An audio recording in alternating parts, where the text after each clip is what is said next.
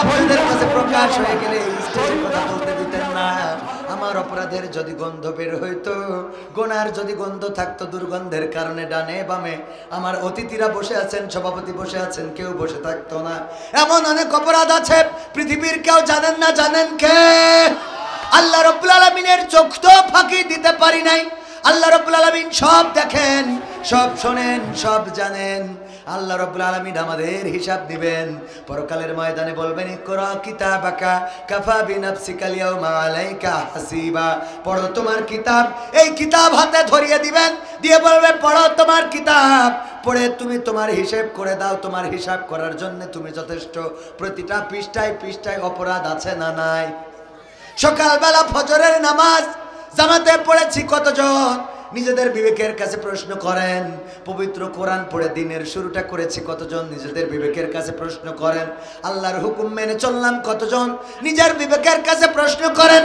রাসূল সাল্লাল্লাহু আলাইহি সাল্লামের তরিকা মেনে চললাম কতজন? নিজের বিবেকের কাছে প্রশ্ন করেন।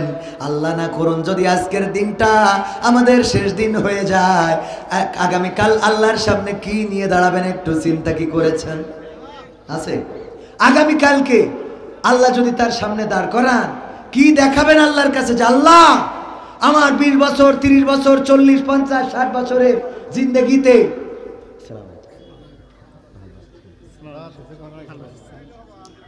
নারায়ে তাকবীর, বিশেষ অতিথির আগমন মাহফিলের পক্ষ থেকে। আপনারা খুশি তো? আজকে আমরা স্টারদেরকে পেয়েছি আলহামদুলিল্লাহ। সময় আমরা বেশি নেব না, 12টার মধ্যে আমরা শেষ করব ইনশাআল্লাহ। তো আমি এখনো কিন্তু শুরু করিনি, মানে শুরুতে কিছু কথা বলে রাখছিলাম। বলতেছি ছোট মানুষ তো, আবার আমার মোহতারাম শ্রদ্ধাভাজন অতিথি উনিও চলে যাবেন। মনে করলাম অন্তত কিছু কথা শুনতে চেয়েছেন, একটু শুনাইয়ে দিই। আমরা শুধু শোনার এবং মানার তৌফিক দান করুন, বলেন আমিন। যা বলবো সেটা যেন আমাদেরও আমল থাকে, আবার আমরা যা শুনবো সেটা যেন আমরা আমল করতে পারি। আল্লাহ তৌফিক দিন, বলেন আমিন। আমরা কবরে যে আয়াতটা পড়ি, আমরা কিছু কিছু আয়াত নিজেদের জন্য করে নিয়েছি, নিজেরাই বানিয়ে নিয়েছি। যখন কোনো ব্যক্তিকে কবরে নামানোর সময় বলি বিসমিল্লাহি ওয়া আলা মিল্লাতি। রাসূলের পথে চলেছে কিনা, রাসূলের কথা বলেছে কিনা, রাসূলের আনিত বিধান বিশ্বাস করেছে কিনা, রাসূল যেই পথে চলতে বলেছেন সেই পথে তার জীবন পরিচালিত করেছে কিনা, স্ত্রী সন্তানদেরকে রাসূলের দেখানো পথে চালিয়েছে কিনা। যদি না চালিয়ে থাকে, আল্লাহর জমিনে আল্লাহর দ্বীন কায়েম করার জন্য রাসূলকে পাঠালেন, বললেন হুয়াল্লাযী আরসালা রাসূলাহু বিল হুদা ওয়া দীনিল হক লিইয়ুযহিরাহু আলাদ দীনি কুল্লিহি ওয়ালাউ কারিহাল মুশরিকুন। সূরা সফ আগেই বলেছি। আল্লাহ বললেন, ওগো নবী পাঠালাম দ্বীনে হক, সত্য দ্বীন এবং হেদায়েত সহকারে, যাতে সব দ্বীনের উপরে আমার দ্বীনকে বিজয়ী করে দেখাও। এই বিজয়ী করে দেখানোর দায়িত্ব ছিল রাসূলের, তিনি করে দিয়ে গেছেন। এখন এই দায়িত্ব কাদের উপরে? আমাদের উপরে, রাসূলের উম্মত, ওয়ারাসাতুল আম্বিয়া, আলেমদের উপরে, উলামায়ে কেরামের উপরে, তার উম্মতের উপরে। সুতরাং আমরা আল্লাহর দ্বীন বাস্তবায়নের জন্য যদি প্রচেষ্টা না করি, মারা যাওয়ার পরে কোনো ইমাম যদি বলে বিসমিল্লাহি ওয়া আলা মিল্লাতি রাসূলিল্লাহ, আমার রাসূল, ওই লাশটাকে কি কাঁধে নিবেন? কেন নিবে না? ভাইজান তো বিএনপির লোক, কে লোক? আমি সারা গায়ে দাড়ি পাল্লা লাগাই এসে বলতেছি, ওগো আমার সভাপতি, আমি আপনার ভালোবাসি। কে? আবার তারেক জিয়ার বললাম, ওগো তারেক জিয়া, আমি খালেদা জিয়ার ভালোবাসি। তারেক জিয়া বলবে ধরিয়াকে পাঠান। ও যদি আমার আম্মার ভালোবাসতো তা সারা গায়ে দাড়ি পাল্লা কেন? ও তো 2-1টা ধানের শীষ তো থাকতো, কথা কয় না, ঠিক না? ঠিক। বিসমিল্লাহি ওয়া আলা মিল্লাতি রাসূলিল্লাহ বলে আপনি কবরে নামায় রেখে আসলেন। যদি আল্লাহ রাসূলের পথের না হয়, যদি আল্লাহ রাসূলের দ্বীনের না হয়, আল্লাহ রাসূলের দ্বীনের প্রতি যদি ঈমান না আনে, দাড়ি, টুপি, পাঞ্জাবি, জুব্বা, আল্লাহর কোরআন, আল্লাহর পথ, আল্লাহর রাসূল যে পথে চলতে বলেছেন, যদি এটার সাথে উনার সম্পৃক্ততা না থাকে, তাইলে আমার রাসূল কি উনাকে মানবেন? কথা কয় না, মানবে? আমি আরো উদাহরণ দিতে চাই, বলি আমাদের অবস্থা হয় এরকম। আল্লাহ রাসূল যেটা বলবে সেটা হলো, একজন বিয়ে করেছে, তার মুখে দাড়ি কি, তো ওই অনেক মেয়ে আছে দেখেন দাড়ি কিন্তু পছন্দ করতে চায় না, দাড়ি আল্লাহ ছেলে বিয়ে করবে না। তো তো বিয়ে করার পরে কয় তোর বরের মুখী দাড়ি, বরের মুখী দাড়ি, এই খেপাইছে বুনিরা অন্যরা। তো এই জন্যে বরের সাথে আর ঘুমায় না, আলাদা ঘরে ঘুমায়, বরের সাথে কোনো বলেন। তো বর চিন্তা করলো আমার ঘরে তো ঘুমায় না, উনি যেইতে বিভিন্ন পীর পরেজগার ওলিয়া উলিয়া যারা আছে তাদের কাছ থেকে বিভিন্ন পোড়া পানি তাবিজ মান্দলি এই নিয়ে কোনো কাজ হয় না। তো গ্রামের এই যে কামার পাড়ার মসজিদের যে ইমাম লোকাল ইমাম ওনা যেই বলছে হুজুর আমি তো খুব বিপদে, আমার স্ত্রী তো আমার ঘরে শোয় না, তো একটু যদি বলছে আমি এটা তাবিজ লিখে দিচ্ছি বালিশের মধ্যে ঢুকাই দেবেন, লিখে দিয়েছে। ওই রাত্রি ওনার স্ত্রী ঘরে এসে শুয়েছে। খুশি কি, সকালবেলা গোসল করি চলে গেছে বাজারে বেলখুশিতে, কায়দা মতো বাজার করে এনে মাছ গোশ ডাল, হাতির গোশ, ঘোড়ার গোশ, ভেড়ার গোশ, উটির গোশ, তারপরে শৈল মাছ, বইল মাছ, মানে পৃথিবীর যা আছে মনের আনন্দে যে বউ আইল আমার ঘরে শুয়েছে, হুজুরিরাই আচ্ছা করে খাওয়াবো। তো এই নিয়ে বাজার করে এনে স্ত্রী বলছে রান্না করো, বলছে কেন, বলছে রান্না করো একটা ঘটনা আছে। কিসের ঘটনা বলতে? আরে বাবা রান্না করো তো আমি একজনের দাওয়াত করেছি খাওয়াবো। এত রাঁধতে হবে কেন? রানবো না কেন, তোমার বিয়ে করতে যে আমার কত কষ্ট হয়েছে, তুমি আমার ঘরে শুইতে না কত কষ্ট পাতাম।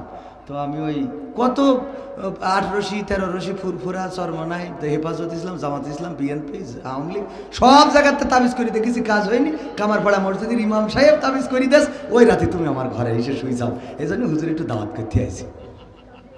বলছে আমি হুজুরের তাবিজি তোমার ঘরে এসে শুয়েছি, তোমার কিটা বললো?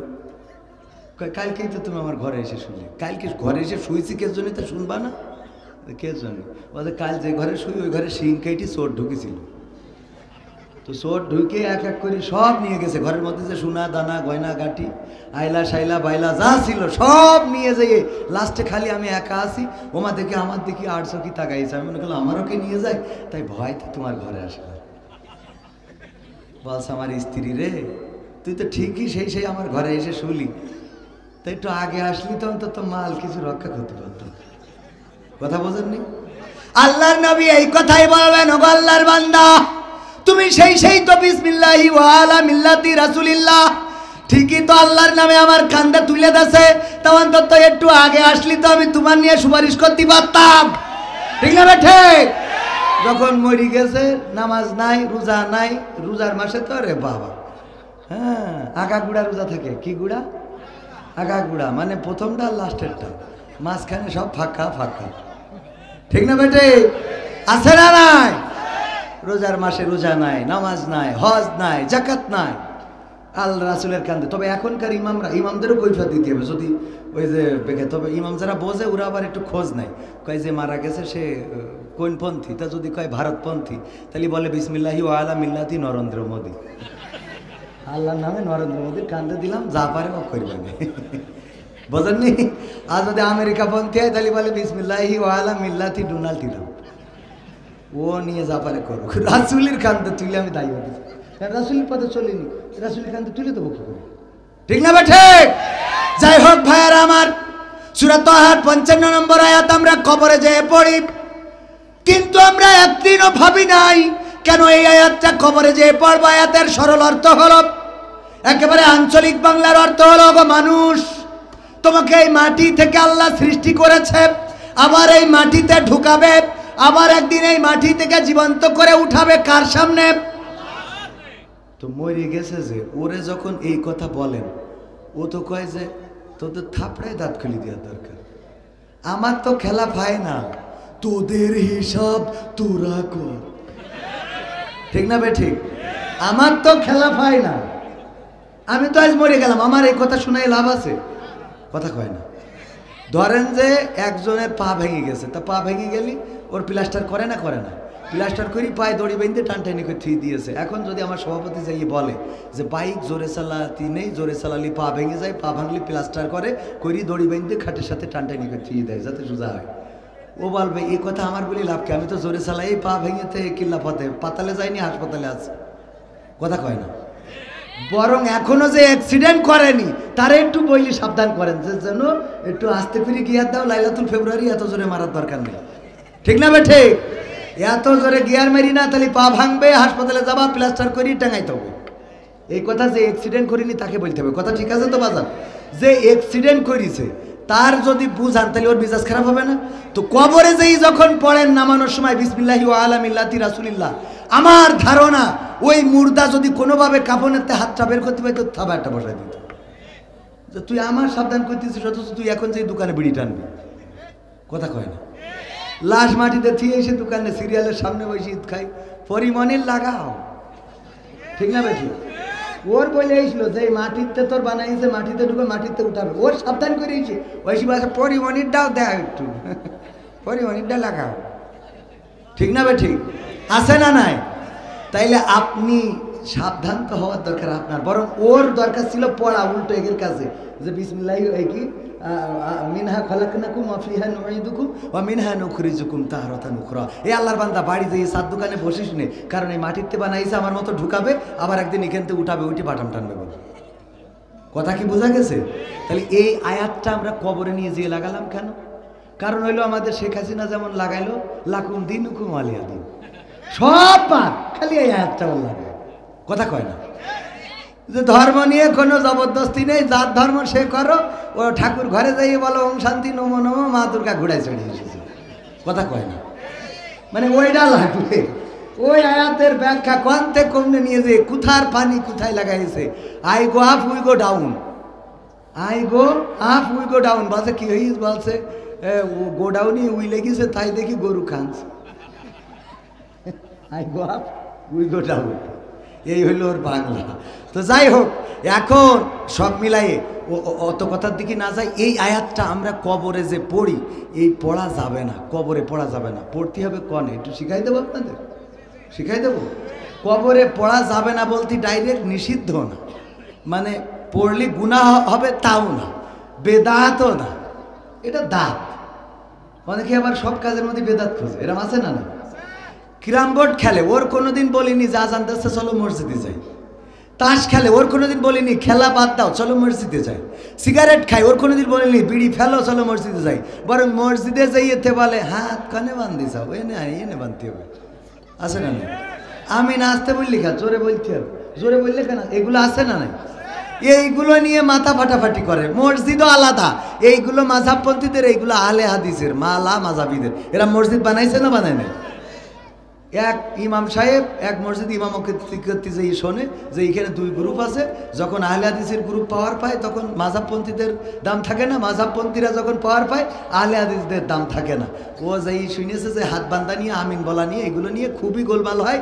ও যাই নামাজ পড়াতে যাই বুঝে শুনে নিয়ত করিস আল্লাহু আকবার। বেদেশ কোথায়? কপালে।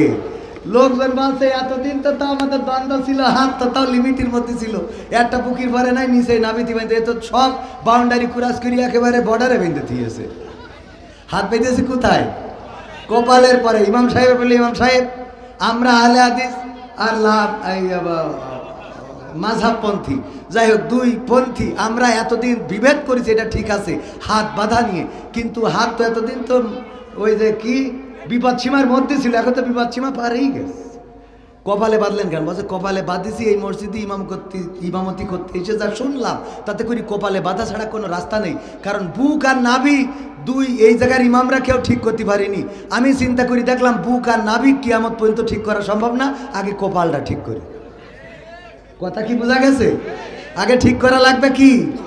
মুসলমানদের কপালের অবস্থা খারাপ, কপাল ঠিক করা লাগবে। আমরা বুঝি কম, বলি বেশি, জানি না মানি বেশি, যা করা দরকার সেটা বাদ দিয়ে। যেমন ধরেন এই যে গার্মেন্টসে কাজ করতেছে মহিলারা, তাদের রিজিকের ব্যবস্থা হয়েছে না? হয়েছে কি না? দেখবেন হঠাৎ করে ফতোয়া ঝাড়বে গার্মেন্টসে কাজ করা যায় নেই, বেদাত আছে না? মহিলাদের কাজে অনেকেই নিরুৎসাহিত করে, মহিলাদের কাজ করা যাবে না, এই করা যাবে না, তাই করা। আমি ইদানিং উৎসাহিত করতেছি যে আপনারা মহিলাদেরকে স্কুটি কিনে দেবেন। কি কিনে দেবেন? স্কুটি। কেন কিনে দেবেন? আমি চিন্তা করে দেখলাম, আমার চিন্তায় বলে একে বেলকুচি থেকে কেউ যদি সিরাজগঞ্জ যাইতে চায়, এখন যে ইজি বাইক অটো, আপনারা কি বলেন? অটো ইজি বাইক ধরেন, একজন যাবে খুব ইমার্জেন্সি, সভাপতি সাহেব ফোন দিয়েছে এক্ষুনি আসতে হবে, খুব খারাপ অবস্থা সিরাজগঞ্জে, অটোতে উঠবে, সিট একটাই খালি আছে, বাকি সব পুরুষ, উনার না উঠলে আছে না। এই জায়গায় দাঁড়ায় ওই যখন হাত উঁচু করে, এই ইজি বাইক দাঁড়াও, হাত উঁচু করলে মহিলা মানুষ দুটা চারটা পাঁচটা ইজি বাইক জায়গা নেই, চলে গেল, প্রতিটা বিটা মানুষের সাথে কথা বলতে হইল না? কথা কয় না? এই মহিলাটার দাঁড়ায় কথা বলতে হলে হাত উঁচু করতে যেয়ে বডি চেহারা সৌন্দর্য হয়তো দেখেও থাকতে পারে, এরপরে যখন বসলে পুরুষদের সাথেই বসতে হয়, ঠিক না বেঠিক? মুখোমুখি বসতে হয়, পাশাপাশি বসতে হয়, এর মধ্যে টাচিং আছে না নাই? যদি একটা স্কুটি কিনে দেন গিয়ার দিয়ে ঠুস করে সিরাজগঞ্জে চলে যাবে, চলে আসবে, কোনো অসুবিধা আছে? না কারোর সাথে ধাক্কা লাগলো, না কারোর দাঁড়াতে বলতে হইলো, কিছু হইলো। আর আপনার এইগুলো আমরা ফতোয়ার সময় খুব ষোলো আনা বুঝি না যে কোন জায়গায় কোন ফতোয়া দিতে হয়, ঠিক না বেঠিক?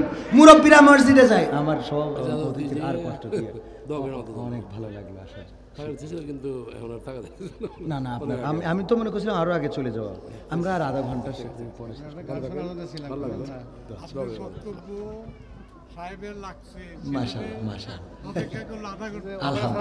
না আমি দেখছিলাম যে যাওয়ার জন্য বলছিল, উনি বললেন আরো 10 মিনিট থাকবো।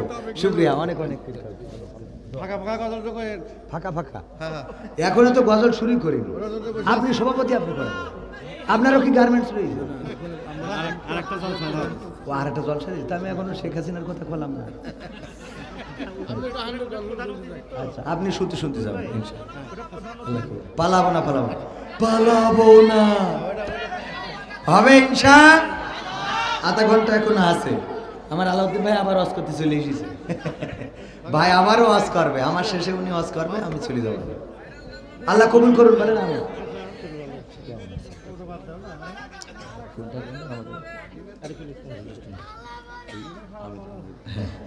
আলহামদুলিল্লাহ, আমার বলছিল যে আরে ভাই, ও মাসুদ ভাই, মাশাআল্লাহ মাশাআল্লাহ, আলহামদুলিল্লাহ আলহামদুলিল্লাহ। আজকে মাহফিল হয়ে গেছে দুইটা পাশাপাশি, আবার ওখানে বক্তৃতা দিয়ে এখানে এসলো, মানে মাহফিলে দুইটাই তো মনে হয় লোকের অবস্থা খারাপ নাকি? না না, ওইটাই একটু বেশি কম, মানে ওই দুইটা ভাগ হয়ে গেছে তো, মানে এই জায়গায় হ্যাঁ। তো আমরা ফাঁকা ফাঁকা ওবায়দুল কাদেরের গান, শেখ হাসিনার গান, গণতন্ত্রের গান শুনবো ইনশাআল্লাহ। শিল্পী মানুষ দু একটা সঙ্গীত শোনানো দরকার, আবার ওয়াইজিন মানুষ ওয়াজের হকও আদায় করার দরকার আছে না নাই?